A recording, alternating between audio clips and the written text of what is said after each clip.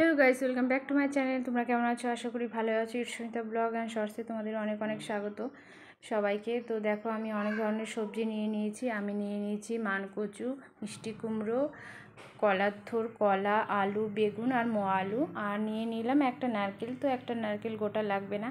তো আমি এই সবজি দিয়ে কি রেসিপি তোমাদের সঙ্গে শেয়ার করব, সেই ভিডিওই কিন্তু তোমাদের সঙ্গে শেয়ার করছি। পুরো ভিডিও আমার সঙ্গে থেকে দেখো। তো আমি সবজিগুলো কেটে নিয়েছি, আলুটা এক্সট্রা করে রেখেছি। তো আমি ডুমো ডুমো করে আলু কেটে নিয়েছি। তারপরে রান্নাঘরে চলে এসেছি। রান্নাঘরে চলে এসে আমি দেখো কড়াইয়ের মধ্যে তেল দিয়ে দিলাম প্রথমে। তারপরে আমি কিন্তু সর্ষের তেল দিয়ে করছি, তোমরা চাইলে যে কোনো তেল দিয়ে ইউজ করতে পারো। তো আমি তেলটা গরম হয়ে গেছে। এবার আমি ফোড়নের জন্য দিয়ে দিচ্ছি পাঁচ ফোড়ন। তারপরে আমি দিয়ে দিচ্ছি 2টো শুকনো লঙ্কা। তো এটা কি রেসিপি সেই সব কিছুই তোমাদেরকে বলবো। তোমরা কিন্তু কেউ স্কিপ করবে না, পুরো ভিডিও আমার সঙ্গে থেকে দেখবে।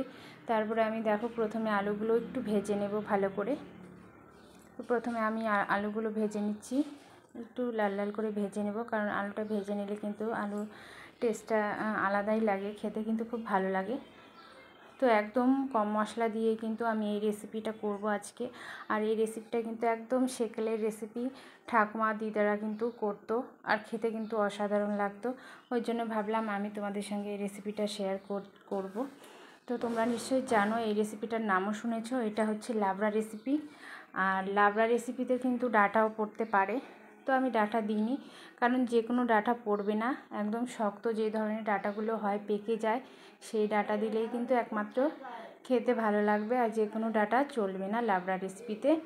তো আমি দেখো আলুটা ভাজার পরে একটু আদা দিয়ে দিয়েছিলাম, তোমরা তো দেখলে, কারণ আদাটা আগেই দিতে হতো, আমি ভুলে গিয়েছিলাম। তো আলু দেওয়ার পরে আমি দিয়ে দিয়েছি। তারপরে সবজিগুলো দিয়ে দেখো লবণ আর হলুদ দিয়ে দিলাম পরিমাণ মতো। এবার লবণ হলুদটা ভালো করে মিশিয়ে নেব।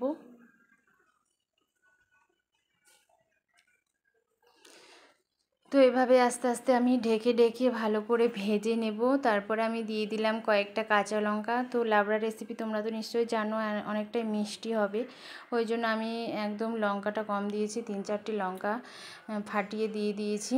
তো আমার মোটামুটি ভাজা হয়ে গেছে। তো এই রেসিপিটায় কিন্তু একদমই জল পড়বে না, আর খুবই কম মশলা দিয়ে কিন্তু আমি এই রেসিপিটা করছি। আর এটা কিন্তু কম মশলার রেসিপি, মানে সবজি তরকারি যেটাই বলো হয়। তো আমি প্রথমে একটু লঙ্কার গুঁড়ো দিয়েছি, হালকা করে লঙ্কার গুঁড়ো, তারপরে একটু জিরের গুঁড়ো দিয়ে দিয়েছি। এবার কিন্তু ভালো করে মিশিয়ে নেব। তো এক হাতে হচ্ছিল না, এবার ফোনটা রেখে মিশাতে হলো আমার এই লঙ্কার গুঁড়ো আর জিরের গুঁড়ো। তারপরে আমি দিয়ে দিলাম সেই নারকেলটা কিন্তু আমি গোটা নিইনি, হাফই কুড়িয়ে রেখেছিলাম, হাফটাই দিয়ে দিলাম। এবার নারকেলটা ভালো করে মিশিয়ে নেব। তারপরে আমি দেখো দুধ 1 কাপের থেকে একটু বেশি হবে, 1.5 কাপের মতো দুধ দেখো আমি এবার দিয়ে দিচ্ছি। এটা কিন্তু গরম কড়াই দুধ ছিল, মানে জ্বালানো দুধ ছিল, এটা কিন্তু কাঁচা দুধ না। তারপরে আমি দুধটা দিয়ে ভালো করে মিশিয়ে নেব। আর তারপরে আমি দেখো বাটি ধুয়ে একটু সামান্য জল দিয়ে দেব, কারণ এই রেসিপিটায় কিন্তু জল পড়বে না, দুধে যতটুকু হওয়ার হবে, একদম জল ছাড়া হবে।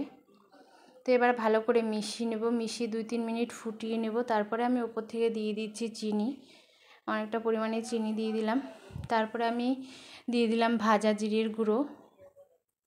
এবার মিশিয়ে নিলেই কিন্তু পুরো আমার রেডি হয়ে যাবে লাবড়া রেসিপি। তো এবার আমি তুলে নিলাম। তুলে নিয়ে দেখো আমি 2টো নারকেলের পিস দিয়ে ডেকোরেশন করে নিলাম। আর চারিদিকটা দেখো কেমন লাগছে, লোভনীয় লাগছে কিনা সেটা বলবে তোমরা অবশ্যই।